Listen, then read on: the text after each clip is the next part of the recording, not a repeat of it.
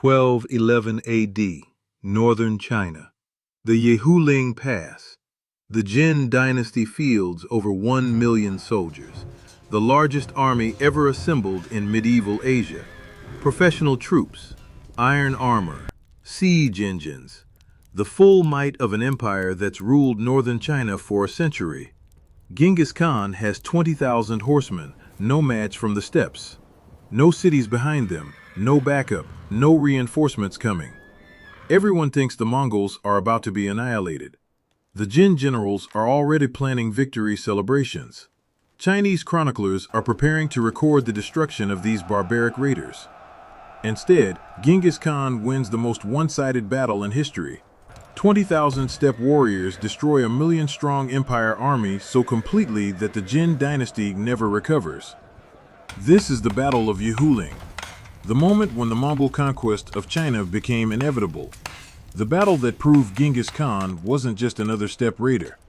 He was something the world had never seen before.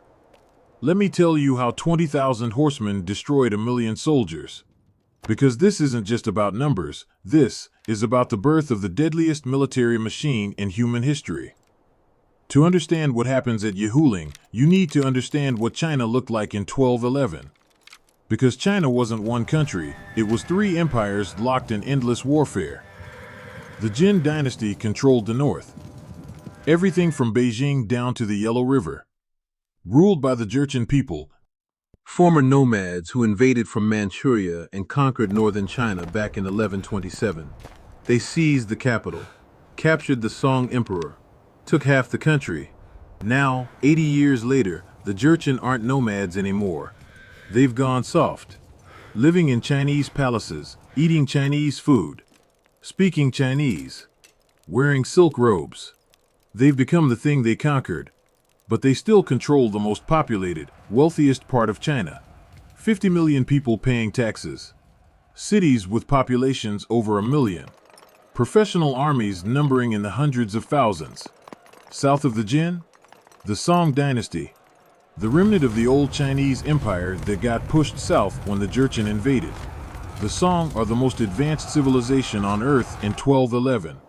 They invented gunpowder, printing, paper money. They have massive cities, incredible wealth, but they're militarily weak. They lost the north because their armies couldn't compete with Jurchen cavalry. Now they pay tribute to the Jin just to avoid another invasion. And west of all this, the Mongol steppes, endless grasslands.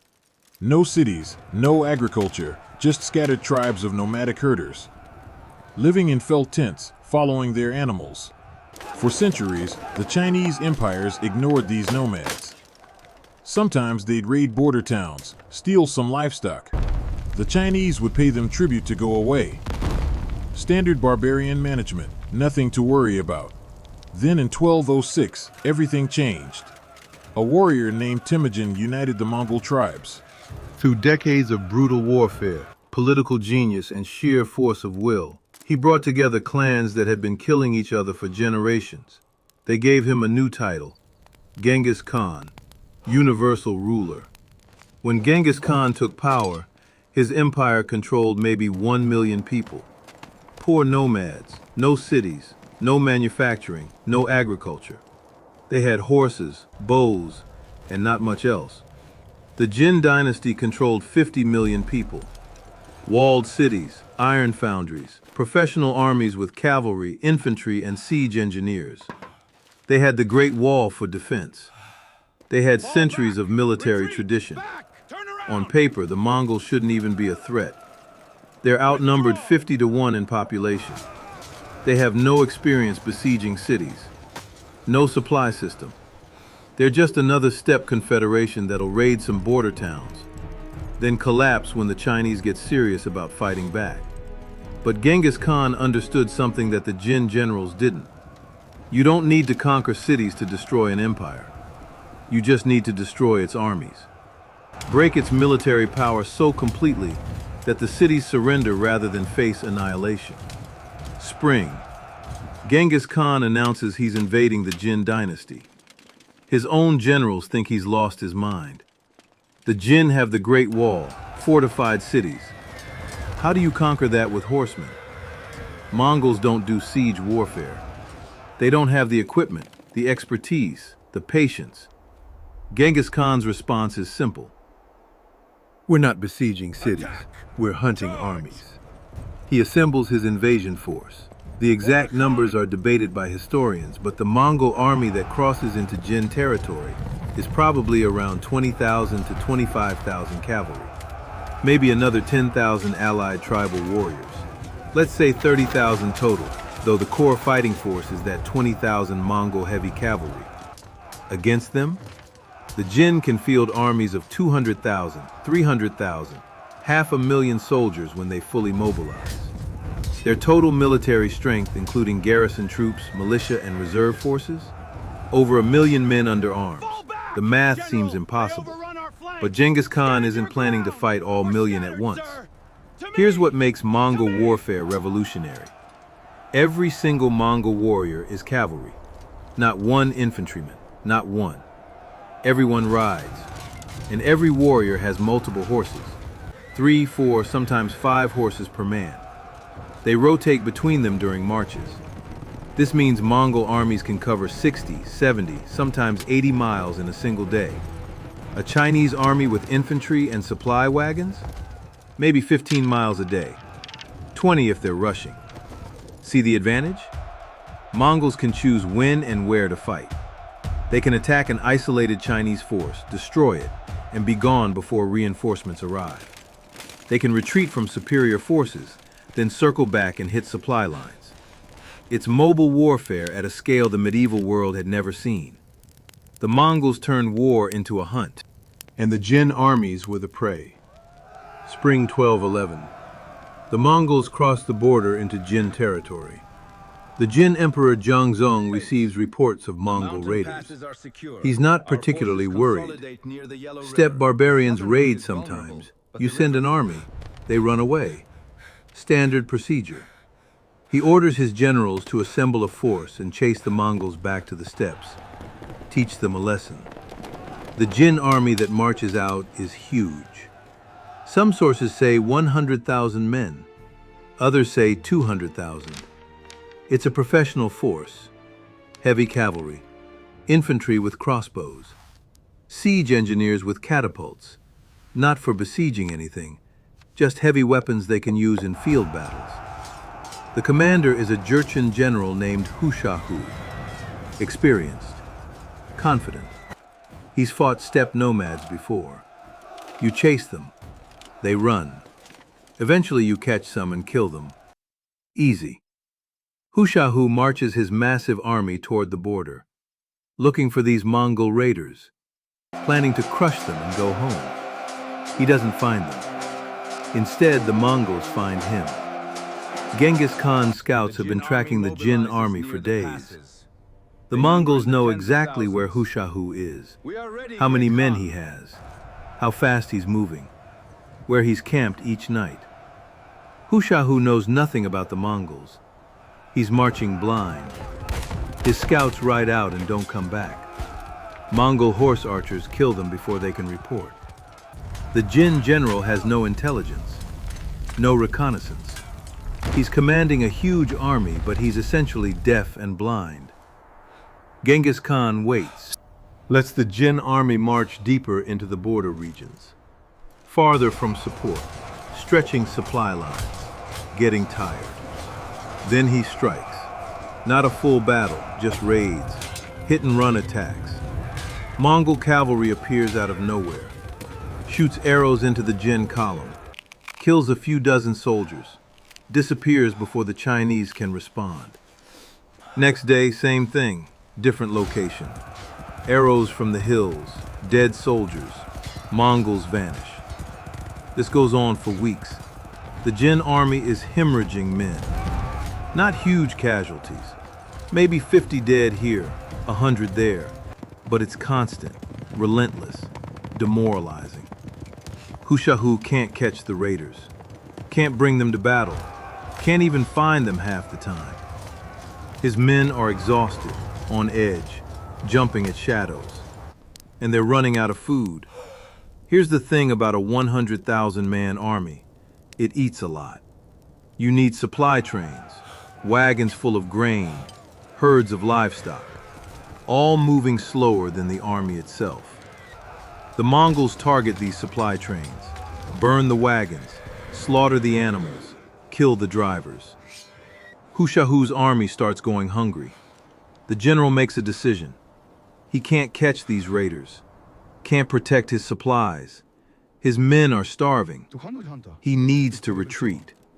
Get back to Jin territory proper, where there are fortified supply depots. He orders withdrawal. The Jin army turns around, starts marching back toward friendly territory, toward safety. Genghis Khan has been waiting for exactly this moment. A retreating army is vulnerable. Morale is broken.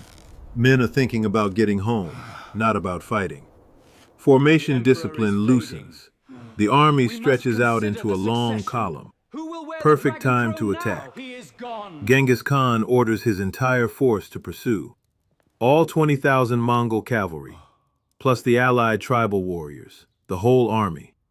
They catch up to Hushahu's retreating force at a place called Yehuling, a mountain pass in the Yan Mountains, northwest of Beijing.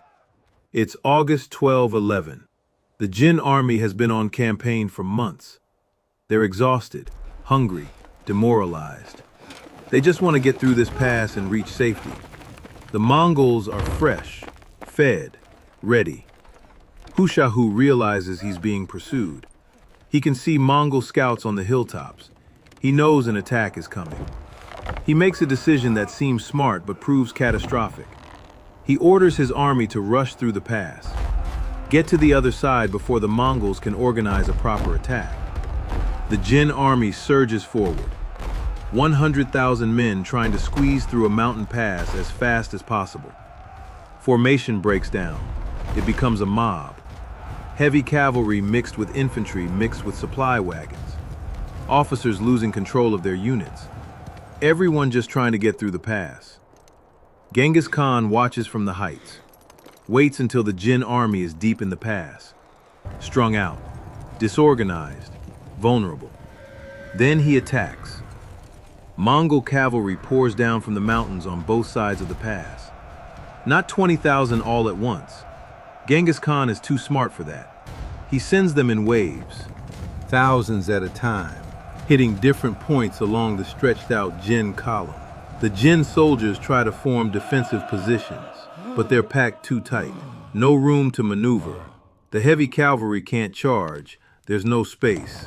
The infantry can't form proper shield walls. Everyone's jammed together in chaos. The Mongols don't charge into the mass. They stay at range. Use their composite bows. These aren't primitive weapons. These are engineering marvels. Horn, wood, and sinew laminated together. They can shoot 200, 250 yards effectively. More range than Chinese crossbows. And Mongol warriors train with these bows from childhood. They can hit a target from horseback at full gallop. Thousands of Mongol horse archers circle the trapped Jin army, shooting, waves of arrows falling into the packed mass of soldiers, men dropping, horses screaming, absolute carnage. The Jin try to fight back. Their crossbowmen return fire, but they're stationary targets. The Mongols are moving, circling. The Chinese hit a few. The Mongols are killing hundreds with every volley. Jin cavalry tries to charge out, break through the Mongol encirclement. Every time they try, the Mongol horse archers retreat, just right away. The Jin cavalry chases them, gets separated from the main army. Then other Mongol units hit them from the flanks, cut them down. The survivors retreat back to the main force. This goes on for hours. The sun rising higher. It's August. It's hot. The Jin soldiers are wearing armor, packed together, dying of thirst, dying from arrows, dying from heat exhaustion. Some try to surrender. The Mongols kill them anyway. This isn't about taking prisoners. This is about sending a message. By afternoon, the Jin army has lost all cohesion. It's not an army anymore. It's a mob of terrified men trying to survive. Hushahu sees it's over. He takes his personal guard, maybe 1,000 cavalry, and tries to break out. Just smash through the Mongol lines and escape. They almost make it. Mongol units pursuing. A running battle across miles of mountain terrain. Hushahu dies in the retreat, killed by Mongol arrows. His guard is annihilated. Back at Yehuling, the slaughter continues into the evening. The Jin army is trapped in the pass. No leadership, no organization, no hope. Tens of thousands are killed. The exact number? We don't know. Chinese sources are embarrassed. They don't want to record the full scale of the disaster. Mongol sources exaggerate, but conservative estimates put Jin casualties at 50,000 to 70,000 dead. Some sources claim over 100,000. The actual number is probably somewhere in between. Out of a 100,000 strong army, maybe 20,000 escape. Scattered survivors running through the mountains, making their way back to Jin territory in small groups. Mongol casualties? Minimal. Maybe a few hundred killed. 1,000 wounded. The Mongols barely lost anyone because they never committed to a close-quarters melee. They just stayed at range and shot the Jin army to pieces. 20,000 Mongols destroyed 100,000 Jin soldiers in a single day. But here's the thing. Yehuling wasn't just one battle, it was the first of many.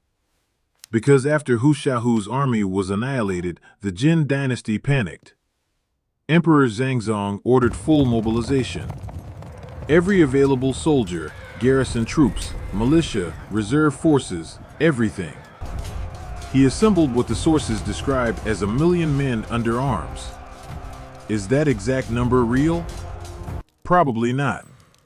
It's likely hyperbole. But the Jin absolutely assembled an army of several 100,000. Maybe 300,000. Maybe 400,000. Maybe more. It was the largest military mobilization in Chinese history up to that point. This massive force marched north to confront the Mongols, to crush these steppe raiders once and for all. Genghis Khan looked at this million-man army and did something insane. He attacked it. Not a direct assault. He was outnumbered maybe 15 to 1 or 20 to 1. But he didn't need to fight them all at once. Over the next months, Genghis Khan hunted this massive army. Used the same tactics as Yehuling. Mobile warfare. Hit and run. Target supply lines. Force them to move. Exhaust them. Starve them. Break them into smaller pieces and destroy those pieces one at a time. The Jin tried everything. They split their forces to cover more territory. The Mongols defeated the separated forces in detail. They concentrated their forces into one giant army. The Mongols avoided battle and destroyed their supplies. They tried to trap the Mongols against the Great Wall. The Mongols just went around. Battle after battle, ambush after ambush. The million-man army bled, not in one catastrophic defeat, in 1,000 small cuts. Units destroyed, supply trains burned, commanders killed. By winter 1211, the Jin's massive military mobilization had essentially collapsed. Not because they lost one big battle, because they lost 100 small ones. Because their soldiers starved, because morale disintegrated, because the Mongols had proven they couldn't be caught, couldn't be defeated, couldn't be stopped. And here's what made it worse for the Jin. Genghis Khan wasn't just fighting their armies, he was recruiting from their population. See, the Jin Dynasty was multi-ethnic. The ruling class was Jurchen, but most of the population was Chinese, and many of the soldiers were ethnic Khitan and other northern tribes, people who'd been conquered by the Jurchen decades earlier and forced to serve in Jin armies. These Khitan soldiers hated the Jurchen. When Genghis Khan offered them a choice, keep fighting for your oppressors or join us and get revenge, thousands defected. entire units switching sides. By early 1212, Genghis Khan's army had grown. Those allied tribal warriors who started as maybe 10,000, now it's 30,000, 40,000. Defectors joining daily. His logistics improved because Chinese engineers and administrators who hated the Jurchen joined him. His intelligence network expanded because locals were feeding him information about Jin troop movements. The Jin were fighting a war where their own people were betraying them. Emperor Zhangzong died in late 1211. Some sources say from illness. Others suggest the stress of the military catastrophe killed him. His successor, Emperor Xuanzong, inherited a disaster. The Jin military was shattered. The economy was collapsing. Tax revenues disappeared because farmers were fleeing war zones. Cities were running out of food because supply routes were cut. In 1213, Genghis Khan besieged Beijing itself, the capital, the heart of the Jin Dynasty. Remember how Mongols supposedly couldn't do siege warfare? Well, they learned. Those Chinese engineers who defected taught them how to build siege towers, catapults, how to undermine walls, how to cut off water supplies. Beijing held out for months, but it was surrounded, starving. The Jin court tried to negotiate, offered tribute, gold, silk, imperial princesses as hostages, anything to make the Mongols go away. Genghis Khan accepted the tribute, lifted the siege, left Beijing intact. But he didn't leave Jin territory. He just repositioned, continued destroying Jin armies in the field, capturing cities one by one. The Jin dynasty was dying. Not quickly, slowly, bleeding out over years. The Jin would survive until 1234. But after Yehuling, after that winter campaign of 1211 to 1212, they were finished. They just didn't know it yet. Yehuling marked the moment when Genghis Khan stopped being a steppe raider and became a world conqueror. It proved that Mongol tactics could destroy any army, no matter how large. It showed that size didn't matter against superior mobility and tactics. And it taught the Mongols something important. They could win against overwhelming odds. They could defeat civilized empires with their nomadic cavalry. They could conquer the world. After the Jin, the Mongols conquered the Western Shah, then the Khwarezmian Empire in Central Asia, then Russia, then Eastern Europe, then Korea, then the Song Dynasty, then the Islamic Caliphates. Within 70 years of Yehuling, the Mongol Empire stretched from Korea to Poland, the largest contiguous land empire in human history. And it started at Yehuling, when 20,000 horsemen proved they could destroy a million-man army. The tactics used at Yehuling became doctrine. Every Mongol general studied it. Mobile warfare, superior reconnaissance, targeting supply lines, feigned retreats, surrounding and annihilating trapped enemies. These became standard Mongol operating procedure. Genghis Khan didn't invent all these tactics. Steppe nomads had been using mobile cavalry warfare for centuries, but he perfected it, systematized it, turned it into an unstoppable war machine. The Jin never recovered from 1211. They tried. They rebuilt armies, fortified cities, made alliances with the Song Dynasty, their former enemies. Nothing worked. The Mongols just kept coming, kept winning. By 1234, the last Jin emperor committed suicide as Mongol forces closed in. The dynasty that had ruled northern China for over a century was gone, destroyed by the descendants of the nomads they dismissed as primitive barbarians. The aftermath of Yehuling rippled across Asia for generations. Because what happened in that mountain pass wasn't just a military defeat. It was a psychological earthquake that shattered everything the civilized world believed about warfare. For thousands of years, sedentary civilizations looked down on nomads. The Chinese, the Persians, the Romans, the Byzantines. They all had the same attitude.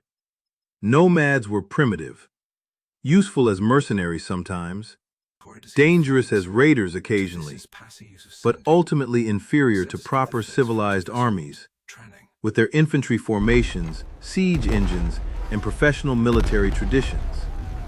Yehuling destroyed that assumption forever. Chinese scholars who survived the Mongol conquest spent decades trying to understand what happened. How did barbarians with no cities, no agriculture, no manufacturing tradition defeat the most advanced empire in Asia?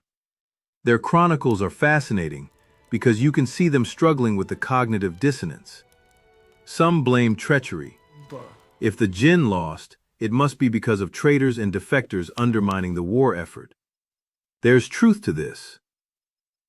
The Khitan defections were significant, but it's not the whole story. Some blamed the Jin for going soft. A century of living in Chinese luxury had made the Jurchen weak. They'd forgotten their nomadic warrior roots. Again, some truth here, but it doesn't explain why Chinese armies also consistently lost to the Mongols. The real answer was simpler and more terrifying. The Mongols were just better at war. Not braver, not stronger individually, better organized, better trained, better led, better equipped for the type of warfare that dominated the medieval world. Let me break down why Mongol military superiority was so absolute. First, mobility. I mentioned this, but it's worth emphasizing because modern people don't understand how revolutionary it was. A Mongol army could cover in one day what a Chinese army needed 4 or 5 days to travel. This wasn't a minor advantage. This was the difference between controlling the battlefield and being controlled by it. Imagine you're a Jin general. You get reports that Mongols are raiding 80 miles to your east.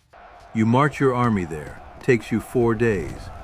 When you arrive, the Mongols are gone.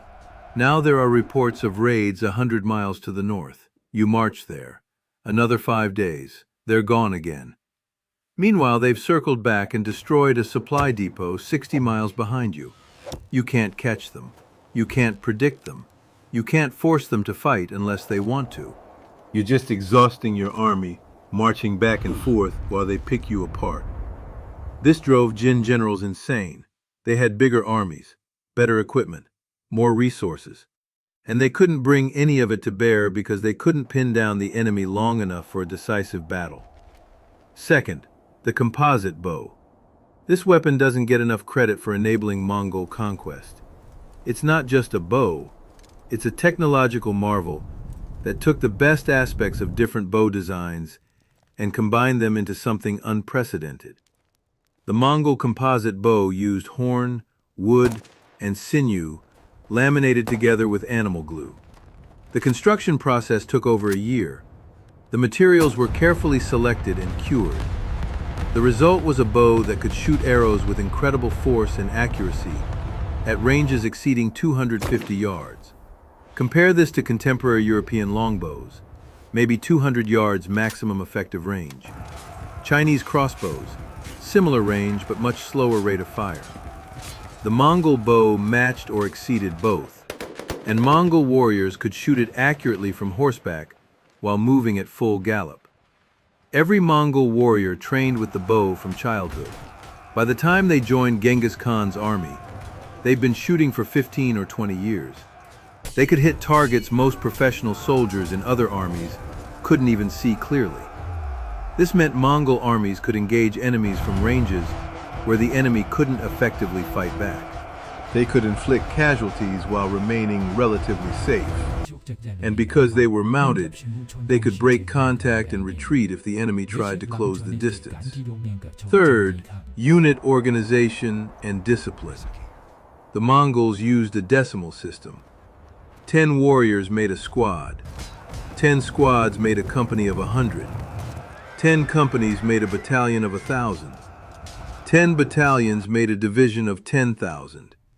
Every unit had clear command structure. Every warrior knew their place.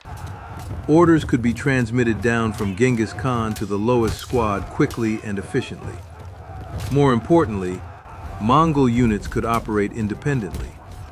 A company of 100 didn't need constant oversight from higher command. They had their mission. They executed it. This allowed Mongol armies to split into dozens of semi-independent forces, operate over hundreds of miles of territory, and then reassemble for a major battle with minimal coordination problems. Chinese armies had numerical organization too, but they didn't have the same level of operational independence. Chinese units needed clear orders from central command. When that command structure broke down, when a general was killed or communications were cut, Chinese units often didn't know what to do.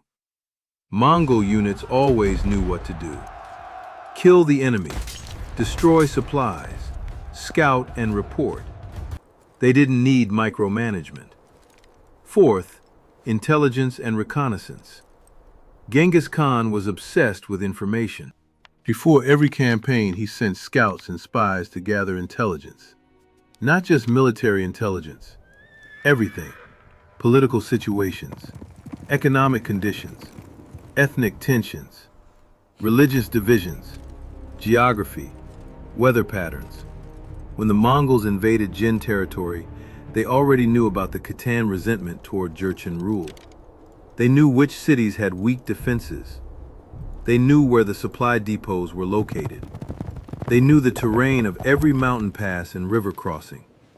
The Jin generals knew almost nothing about the Mongols. They didn't know how many warriors Genghis Khan had.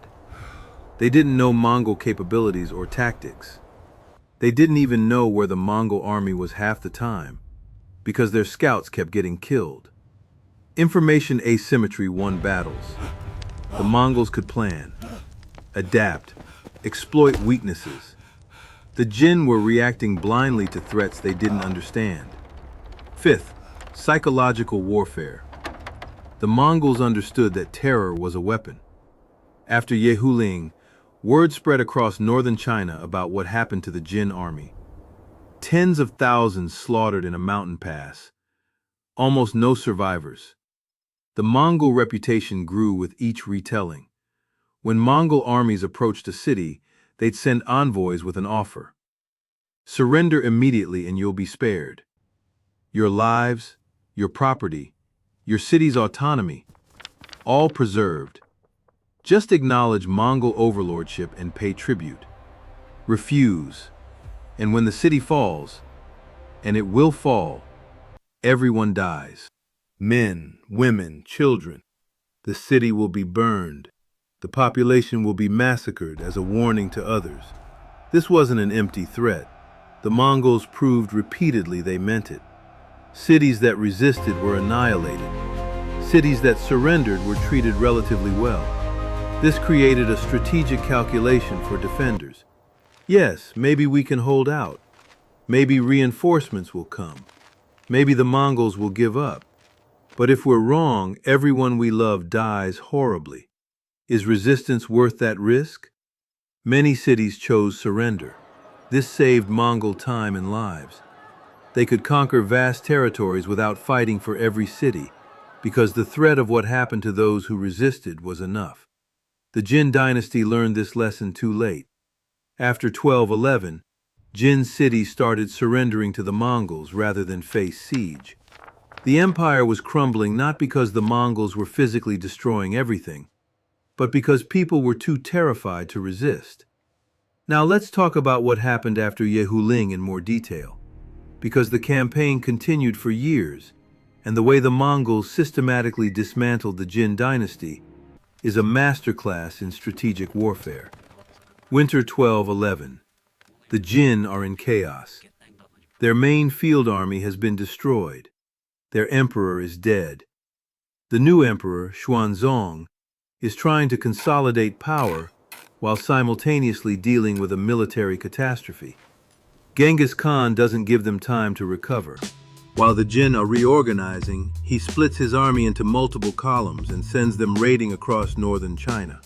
One column heads east toward Manchuria, the Jurchen homeland, the symbolic heart of the dynasty. Another column heads south toward Beijing.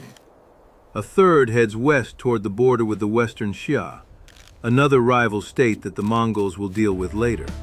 These aren't just raids.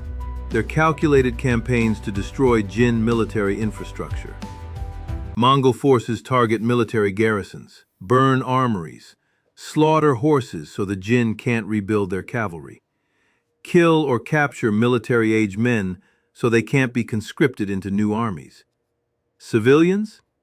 The Mongols are selective. Farmers and craftsmen who submit are often spared. They're useful. They pay taxes and produce goods. But anyone who resists, soldiers, officials, local militia, they're killed. The message is clear: submit and live, resist and die. By spring 1212, the Mongols control most of the countryside in northern Jin territory.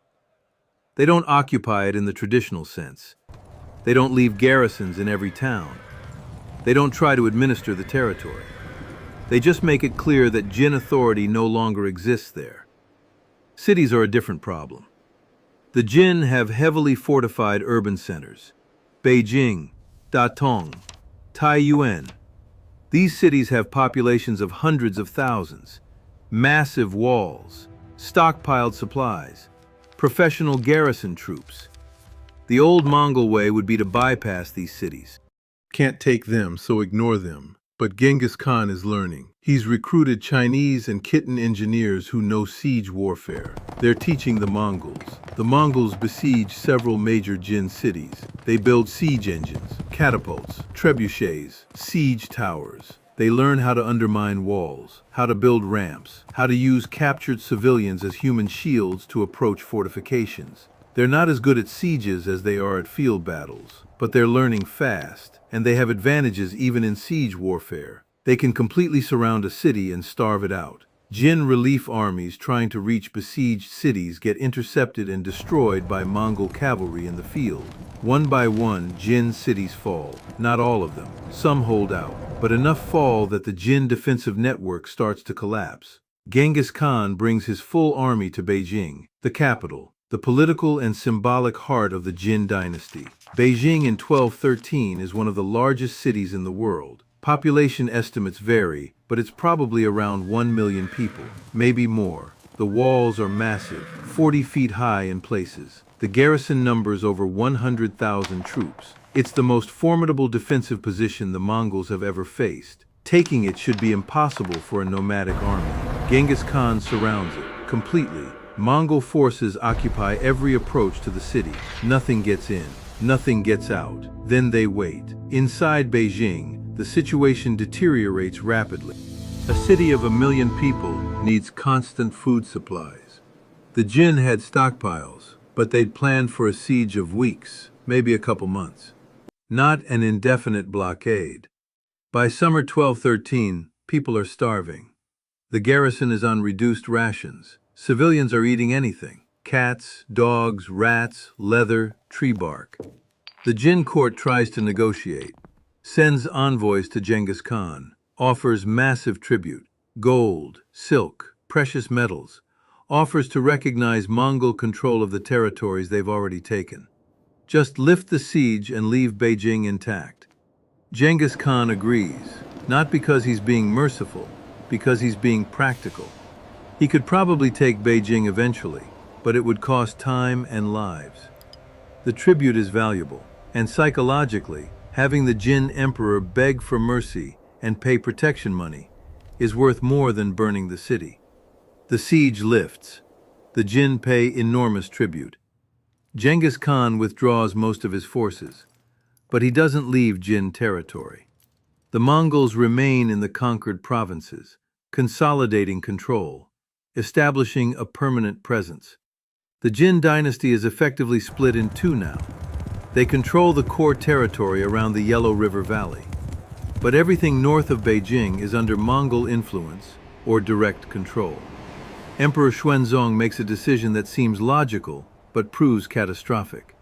He moves the capital, abandons Beijing, too exposed, too close to Mongol territory, relocates the court south to Kaifeng, a city on the Yellow River deep in Jin-controlled territory. The move makes military sense. Kaifeng is easier to defend and supply, but it sends a terrible message. The emperor is running away, abandoning the north, admitting he can't protect the traditional capital. Northern cities that had been holding out, hoping for imperial relief, see the capital relocate and realize no help is coming. Many surrender to the Mongols rather than face isolation. And in Beijing, after the emperor leaves, something predictable happens. The Mongol-aligned Khitan forces in the region attack the city. There's still a Jin garrison there, but their morale is broken. The emperor abandoned them. Why fight? Beijing falls to pro-Mongol forces in 1215. The city is sacked. Not by Genghis Khan's direct order, he's campaigning elsewhere, but by the allied Khitan troops and some undisciplined Mongol units looking for plunder. The sack of Beijing is brutal. Chronicles describe weeks of looting, burning, and killing. The exact death toll is unknown, but tens of thousands die, possibly over 100,000. The city's population crashes. When Genghis Khan learns about the sack, he's reportedly angry. Not because of the atrocities, he doesn't care about that, but because undisciplined looting destroyed wealth that should have been systematically extracted as tribute. It's wasteful. He executes some of the commanders responsible for letting the sacking get out of control. The message to his army: plunder is fine, but it must be organized. Massacres are tools of terror, not entertainment. From 1215 onward, the Jin Dynasty is in terminal decline. They still control significant territory. They still have armies in the field, but they've lost the north, lost Beijing, lost much of their tax base, lost military credibility. Genghis Khan leaves generals in charge of the ongoing campaign against the Jin and turns his attention west. The Khwarezmian Empire in Central Asia has insulted him, killed his envoys. This demands response. The Mongol conquest of Central Asia and the eventual campaign into Eastern Europe is a whole other story. But the Jin dynasty continues to slowly die even while Genghis Khan is fighting wars thousands of miles away. The Jin try everything to survive. They ally with the Song dynasty in the south, their former enemies. They rebuild armies. They fortify cities. They use diplomatic outreach to try to create a coalition against the Mongols. Nothing works. The Mongol generals left in China, leaders like Mukhali, continue the systematic conquest, city by city, province by province. The Jin territory shrinks year by year. Genghis Khan dies in 1227. Some accounts say from injuries after falling from his horse. Others suggest illness. He's campaigning against the Western Xia at the time, not the Jin. But his death doesn't slow the Mongol Empire. His successors continue his conquests. The last Jin emperor is surrounded in a city called Chaiju. Combined Mongol and Song armies. Yes, the Song allied with the Mongols to destroy their old Jurchen enemies, lay siege. When the city is about to fall, the emperor commits suicide rather than be captured. The Jin dynasty ends. From Yehuling in 1211 to the suicide of the last emperor in 1234, it took 23 years for the Mongols to completely destroy the dynasty. But it was over after Yehuling. The Jin just took 23 years to finish dying. The Song dynasty, by the way, learned nothing from watching the Jin get destroyed. They thought they could use the Mongols as allies. Take back the northern territories the Jin had stolen from them centuries ago. Then, once the Jin were gone, surely they could deal with the Mongols. They were wrong. Catastrophically wrong. Within 40 years, the Mongols conquered the Song dynasty too. By 1279, all of China was under Mongol rule. The Yuan Dynasty, founded by Genghis Khan's grandson, Kublai Khan. Yehuling started the process. 20,000 horsemen destroying a million-man army proved that the Mongols could conquer anyone. After that, it was just a matter of time. Yehuling teaches lessons that military strategists still study today. About mobility. A smaller, faster army can defeat a larger, slower one by controlling when and where battles happen. About logistics. You don't need to destroy every enemy soldier. You just need to cut their supplies and let starvation do the work. About morale. A terrified, demoralized army of 1,000,000 is weaker than a confident, disciplined force of 20,000. About intelligence. Information is a weapon. The Mongols knew everything about Jin movements. The Jin knew nothing about the Mongols. That information asymmetry was as important as any tactical advantage. About leadership.